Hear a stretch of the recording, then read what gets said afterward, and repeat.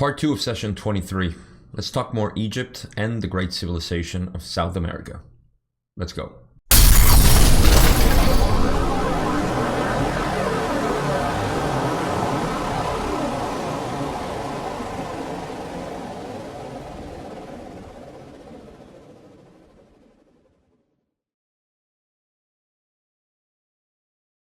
In the last video, we were talking about Egypt and Ra's work there, their intervention, and all the things they did, specifically the pyramids. So we're going to continue talking about Egypt here and some of the aspects of that time.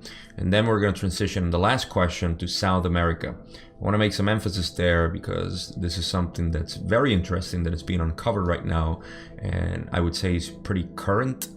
And I think it was worthy of the name of this video. So I would think that most of the video is going to be Egypt anyways, but I wanted to give that connotation to South America because I thought it was very cool. So we're going to start where we left off, talking about again Egypt and Don's question, where he says in question 23.10, thank you. Then, as an overall success, what can you tell me about the relative success of the pyramid in any way at all? I understand that the pyramids for the purpose were basically unsuccessful and that they didn't produce the rise in consciousness that you would hope for, but there must have been some success. Can you tell me of that? Ra says, we ask you to remember that we are of the brothers and sisters of sorrow.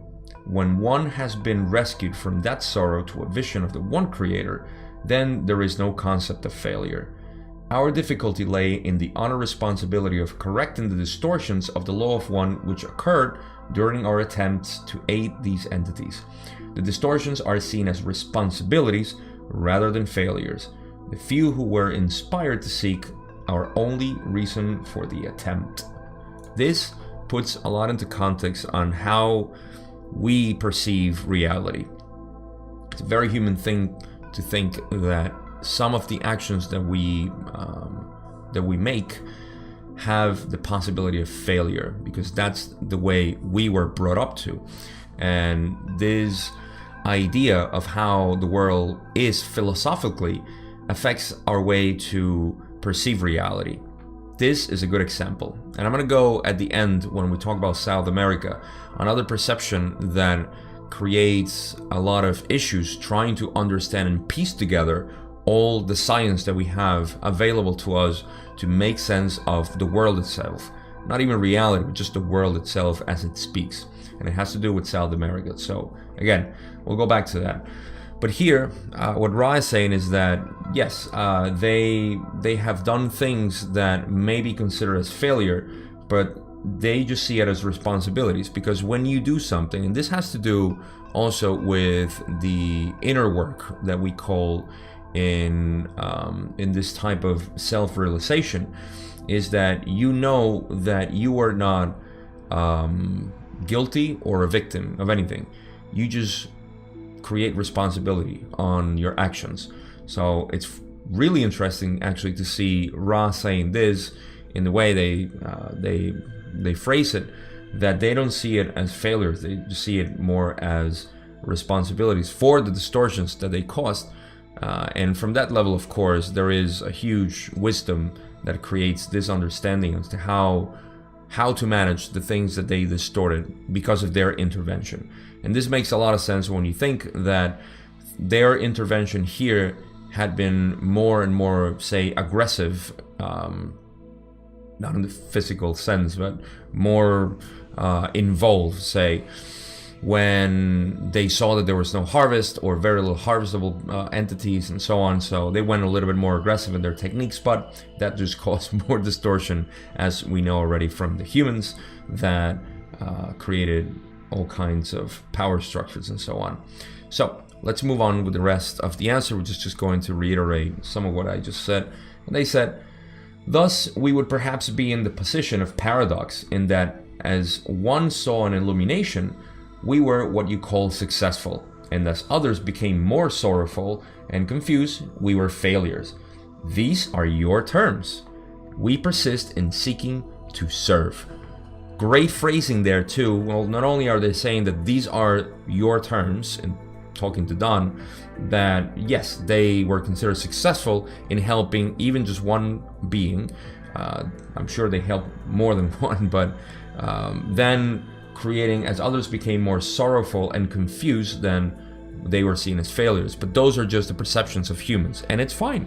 They're not saying it's wrong.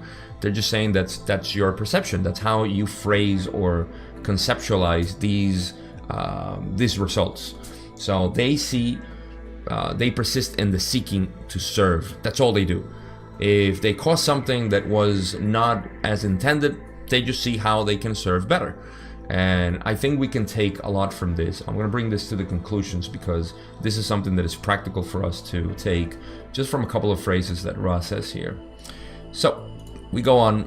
We're going to skip question 2311 because I have to do it with Andrija Puharic once again. But the question goes, can you tell me what happened to Akhenaten after his physical death? Ra says this entity was then put through a series of healing and review of incarnational experience, which is appropriate for third density experience. This entity had been somewhat in the distortions of power, ameliorated by the great devotion to the law of one. This entity does resolve to enter a series of incarnations in which it had no distortions toward power. This gives us a little bit of a glimpse into how we program our incarnations based on our previous incarnation. In this case, Akhenaten was in his environment surrounded by the distortions towards power because he was a pharaoh. And I believe I got my history right when I say he was a pharaoh.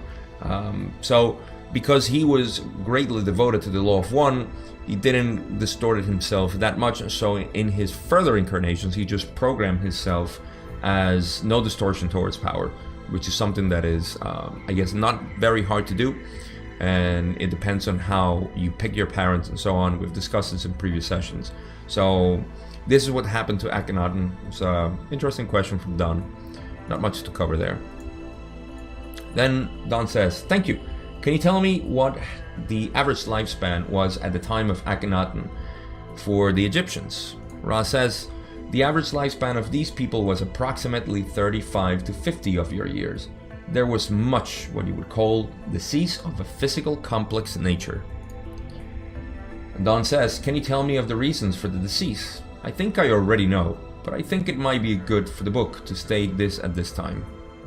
Ra says, this is, as we have mentioned before, not particularly informative with regard to the law of one. However, the land you know of as Egypt at that time was highly barbarous in its living conditions, as you would call them.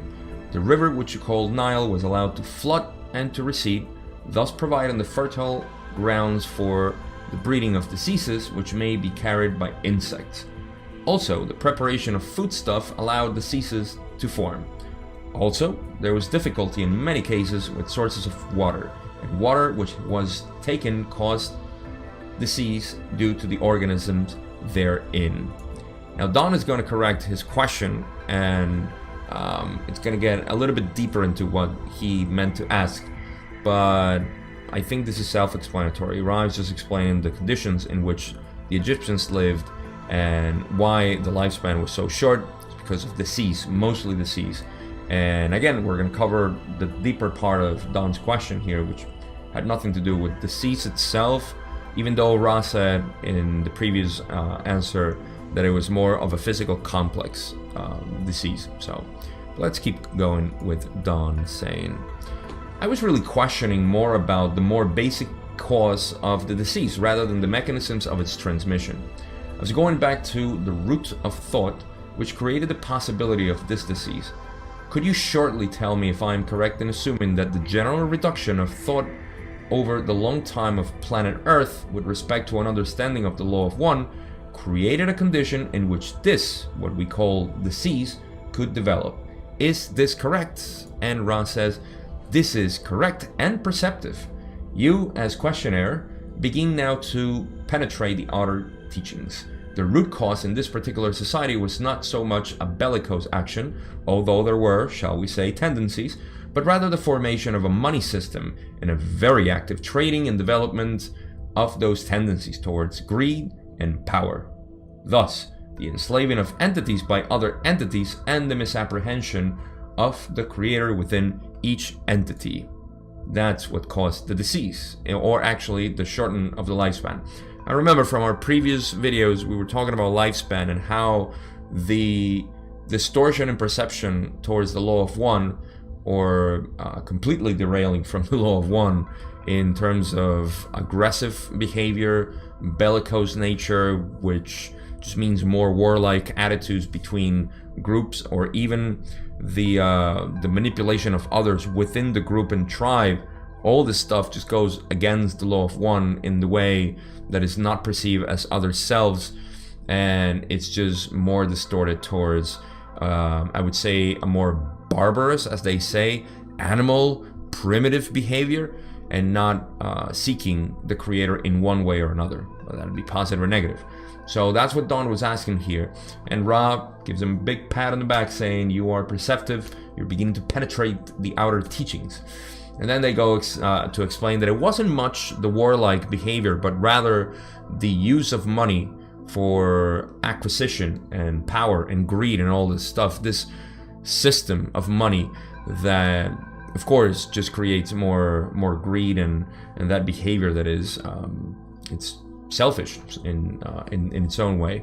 So that created the reduction of lifespan as well. So that's it's pretty straightforward. Don says, thank you. Now I understand, if I'm correct, that a South American contact was also made. Can you tell me of the approximately the same question I asked about your contact with respect to the attitude, or about the contact and its ramifications and the plan for the contact, and why the people were contacted in South America?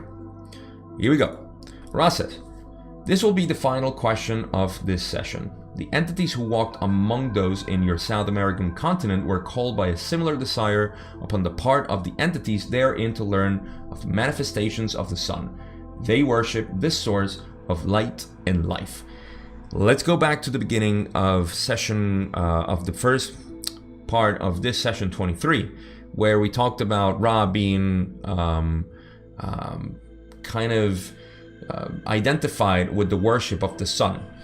They're going to continue talking about the sun here, but that's one thing.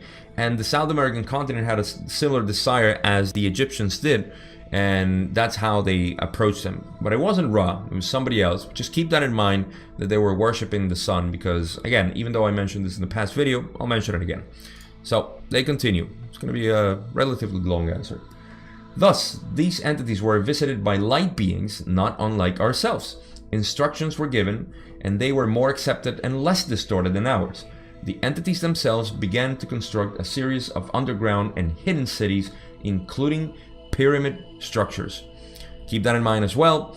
This is going to create the foundation, no pun intended, of the great civilization of South America that I call it. I decided to call it that way because it was indeed great to just think that it existed there. So they gave this other social memory complex that Ra doesn't mention here. They gave the people of South America these teachings, and fortunately they weren't as distorted as they were in Egypt. So that's the mention that they're saying there, that it was around the same time that this civilization was seeking, through worshipping the sun, the law of one, and they received it from another social memory complex, not Ra, someone else. We don't know who. So, let's go on. Ra says, these pyramids were somewhat at variance from the design that we had promulgated.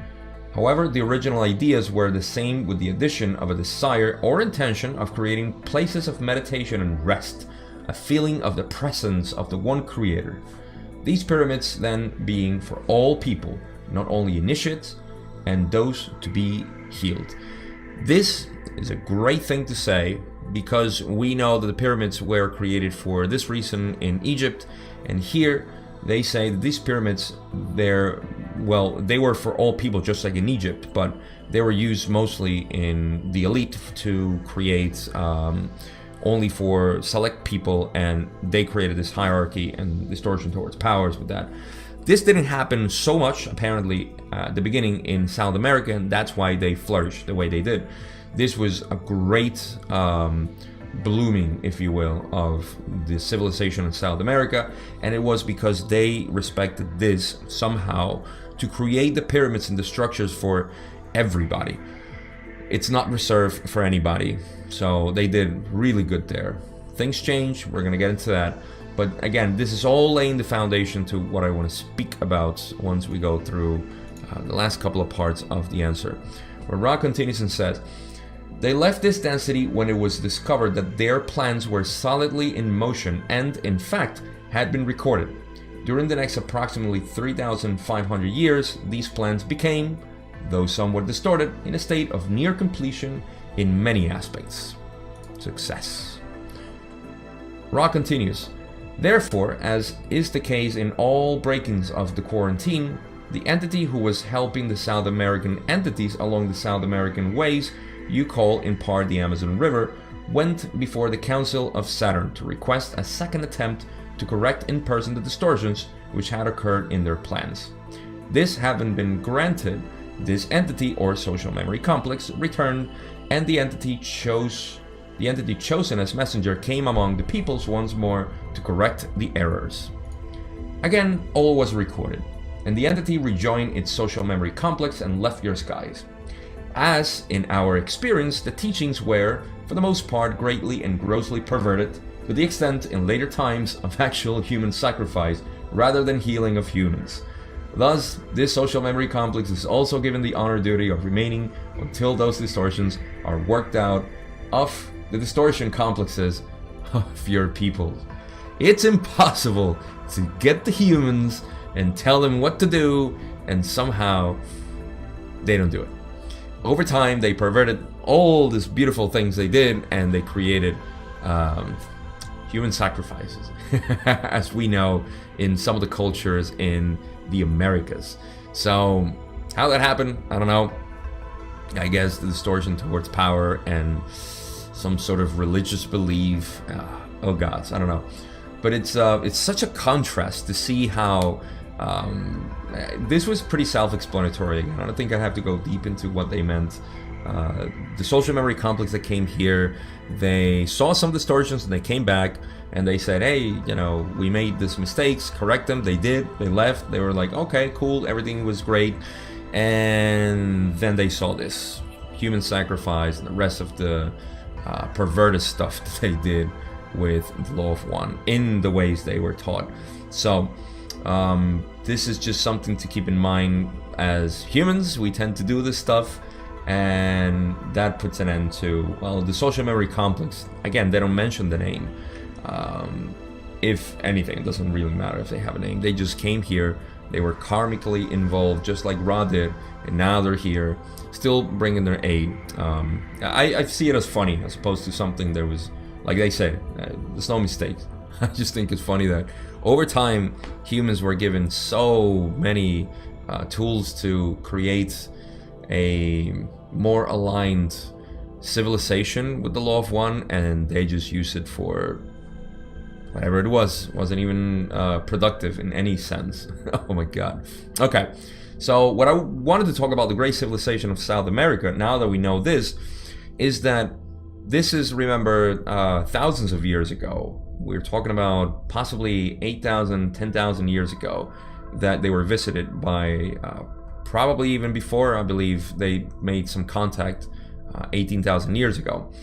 And this contact actually was successful in the way that the people, the humans there, they created this huge civilization. Now, the question that remains is, and of course very advanced technologically, the question that remains is, where is it? Why haven't we found it? And it's interesting, or synchronistically, I've started listening to this book from Graham Hancock, who's very popular in this research. And he just published a book a couple of years ago talking about the America before. And when he talks about this, what happened in the Amazon, he explains that there is this huge continent-sized part of the Amazon, all full of jungle, that hasn't been explored by archaeologists. And now, because of the deforestation that they're causing, they're starting to find ruins with, not surprisingly, highly geometrical structures that are perfectly aligned astronomically, not even magnetic north, but just astronomically north, perfectly aligned structures and geometrically designed structures as well. And they have been finding a lot of stuff, like, say, the big problem that everybody talked about was how can they survive in the jungle, which is not a fertile soil. And they discover this sort of soil that was man-made, and it was extremely bioavailable because of the bacteria that grows there. And I mean, there is so much mystery in the Amazons right now as the archaeologists work, because of it's been one of the things that is explained is, I believe, was Francisco Orellana, who came to the Amazon and crossed for the first time, a European crossed the Amazon, and he was an explorer. Of course, he brought with him what we all know, all the deceased from Europe.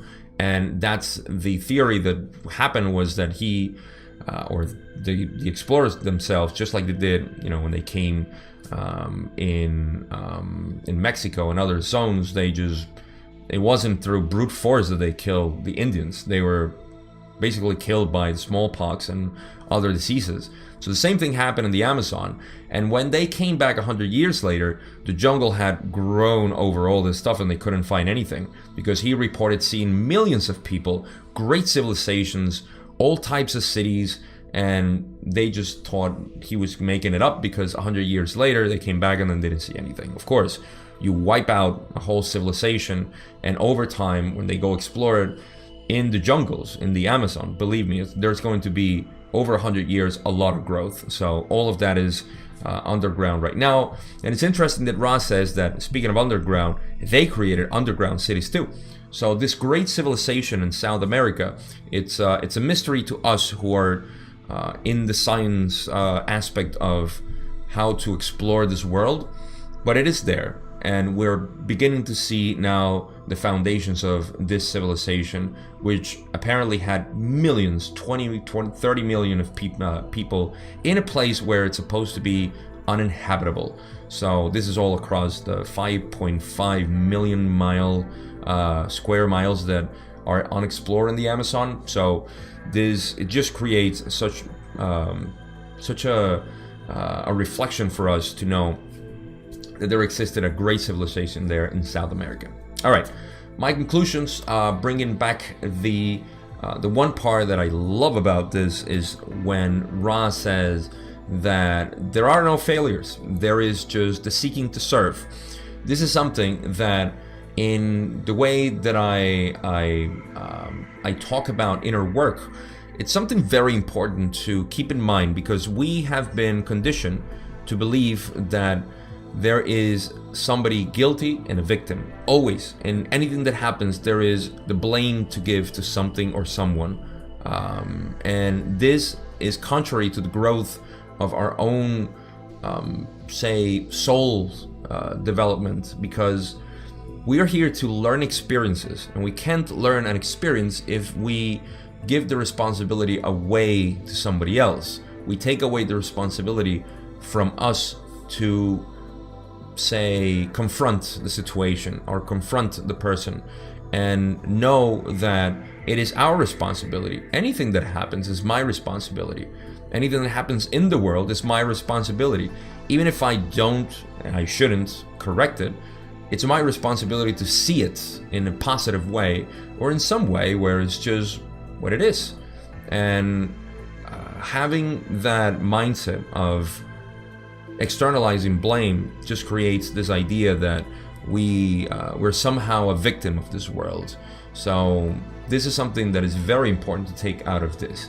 And we can see this also in our biased ways of thinking, going back to South America, that the reason why mainstream science doesn't want to acknowledge that there is a South American civilization thousands of years ago with this precision of great technology to know astronomical units and specific coordinates, because we have said over time that these are savages and barbarians and just undeveloped cultures, and it makes no sense for mainstream science. So being really biased into a way of thinking doesn't allow you to expand your consciousness in a way that is going to reveal something new in your life, and you're going to continue to tell the same lie to yourself that nothing existed there because it goes against your own beliefs and the own narrative that you have been so carefully designing.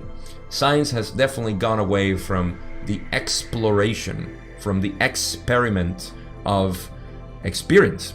Experiment comes from experience, experiencing something and seeing what happens. So we've gone away from that, and in the same way, we are thinking on ourselves in a very scientific way, mainstream scientific way, when we think this way about externalizing blame, guilt, separating things.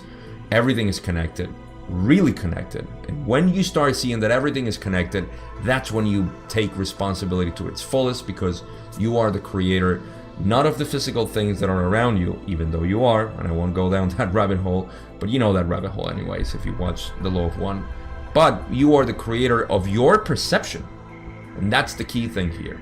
So those are my conclusions, the best I can take out of this video. This is how we end the session. So next time, session 24 is going to be something interesting to be talked about there. I'm not going to say it. We'll wait until that next week. Thank you so much for watching as usual. If you're new to the channel, go subscribe, go watch the other videos, get involved with The Law of One. I appreciate you. Again, thank you for watching. I'll see you next week.